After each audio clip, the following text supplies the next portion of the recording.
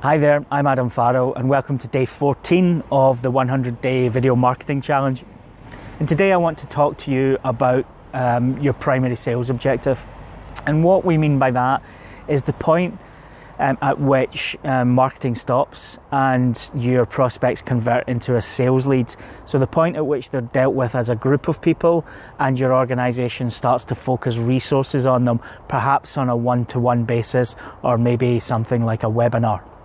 Now, the reason that that's important is that it costs resource to convert people, particularly when it's on a one-to-one basis. So you have to have a really good understanding of things like your conversion rates for each particular route into your business, your average order value for each kind of route into your business, and also your lead time.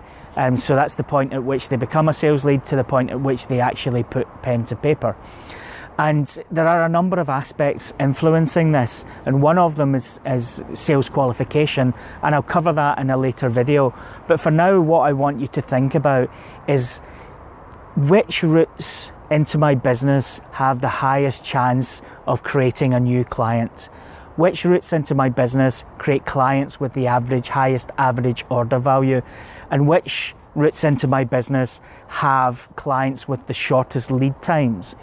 And then when you look at those different routes into the business, you can compare and contrast the difference in each route and what happens at each point and what can be shared amongst each route into your business to try and improve the conversion rates across the board. Now, it's possible that something happens in a face-to-face meeting that doesn't happen on a conference call.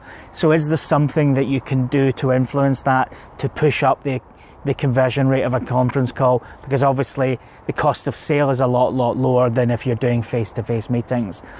And the reason that this information is really important is that it instructs your marketing.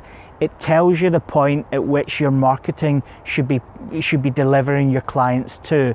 Because if you're convert much higher rates via conference calls than telephone calls, for example, or on webinars than via email, then that needs to be the point that you ask for the business. You ask them to convert to a webinar, or ask the marketing prospect to convert to a face-to-face meeting or whatever it is.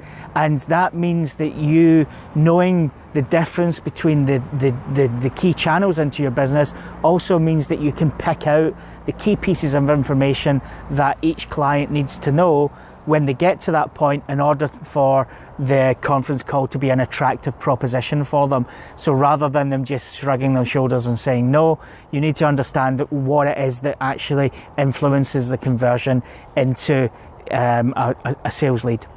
Now, I hope that makes sense. It can be quite complicated for some businesses, but it definitely is worth the time and effort to work out your statistics, your figure, your analytics around this, because it does instruct your marketing and will influence the quality and the effectiveness of your marketing at getting people to this point and then converting them into a sales lead. Thanks very much indeed for listening. We look forward to speaking to you again soon.